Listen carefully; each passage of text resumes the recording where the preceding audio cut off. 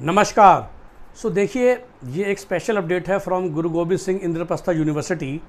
और जैसे कि हम जानते ही हैं, जब CUET का फॉर्म आया था 2-2.5 महीने पहले, तो उसमें सबने देखा कि CUET को इस्तेमाल किया जाएगा इंद्रप्रस्थ यूनिवर्सिटी के द्वारा for most of their courses, जिसमें वो CET लेते थे। देखिए, इंद्रप्रस्थ यूनिवर्सिटी में कुछ कोर्सेज ऐसे हैं ही, law, LLM, LLB, LLM, MBA, BTech, MBBS, BDS, जिसमें पहले वो नेशनल लेवल टेस्ट लेते हैं। But BBA, BJMC, BCA, hotel management, BCom, ऐसे 11-12 कोर्स थे जिसमें अपना CET कंडक्ट करते थे। पहला जो CUET का नोटिस है, और तब तक IP का अपना ब्रोशर नहीं आया था, तो उसमें लोगों को लगा कि इस बार CUET ही इस्तेमाल किया जाएगा, because there was no clarification from IP university. फिर IP का ब्रोशर आ गया। IP का ब्रोशर को आए हुए भी काफ़ी दिन हो गए, जिसमें बहुत क्लियर किया गया कि दोनों लिए जाएंगे। इस बात का आप ध्यान रखिए कि IP का जो ब्रोशर आया था, जिसमें जो कि ये non LLB, non LLM courses के लिए आया था, और ये ब्रोशर को आए तो बहुत समय हो गया, 24 मार्च को आ गया था। पर 24 मार्च के ब्रोशर में भी क्या था कि लोगों को लगा कि दोनों ले लिए जाएंगे, क्योंकि CET/CUET लिखा हुआ था। अगर आप एलिजिबिलिटी क्राइटेरिया देखेंगे उस ब्रोशर में, क्योंकि मैंने बोला ना कि जो पहले ब्रोशर आया था MBA, LLB, LLM के लिए, वो तो तीनों कोर्स ही नेशनल टेस्ट पे होते हैं, नेशनल लेवल टेस्ट पे, CLAT UG, CLAT PG और CAT और CMAT। लेकिन इसको लेके काफ़ी कन्फ्यूजन हुआ और लोगों को लगा कि भाई हमें ये नहीं करना, मतलब कि हमारा काम इससे हो जाएगा, CUET से।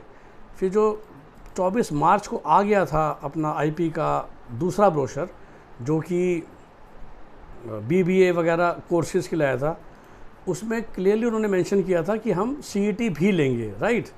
लेकिन अभी भी क्या हुआ कि जितना भी ये जो एलिजिबिलिटी वो लोग बोलते हैं, उस एलिजिबिलिटी में दोनों थे। एलिजिबिलिटी में ये भी था कि हम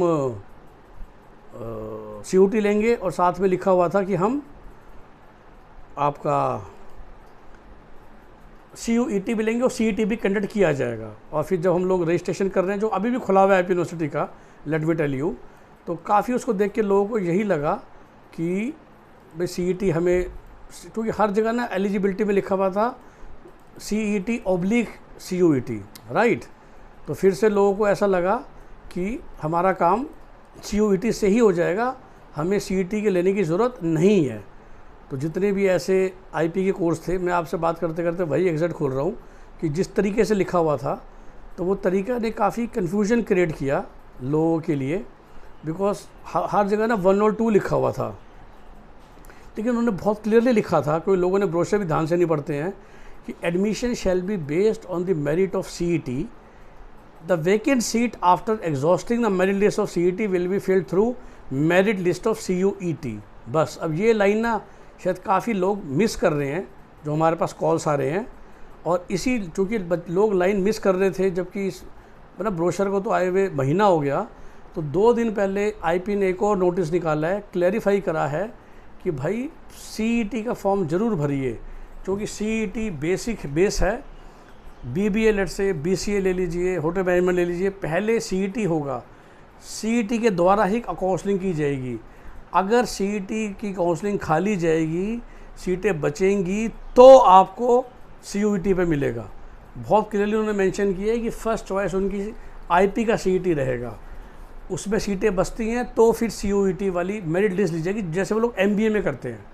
तो MBA में पहले CAT के हिसाब से तो कैसे होता है, देखिए MBA में CAT में अगर आपके 4 परसेंटाइल नंबर है, कितने 4, और CMAT में आप टॉपर हो, फिर भी सीट इसको मिलेगी। पहले जो CAT का 4 परसेंटाइलर था, तो MBA की जो सीटें हैं IPU में, पहले CAT वालों को मिलती है प्रेफरेंस, जिन्होंने CAT का पेपर लिया था, क्या उसके 2 परसेंटाइल नंबर थे।